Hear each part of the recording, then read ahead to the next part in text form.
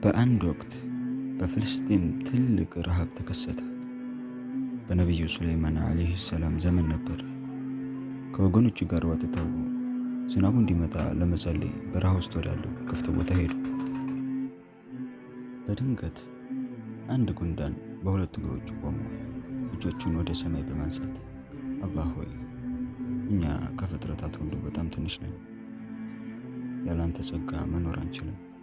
እባክህ ሲሳይን ስጠን፣ በሰዎች ኃጢአት አትቅጣን።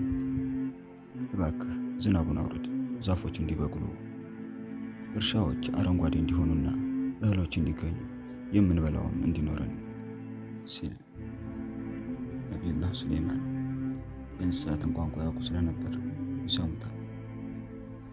ሕዝቡንም ወደ ቤታችን እንሂድ፣ የዚህች ጉንዳን ጸሎት ይበቃል አሉ።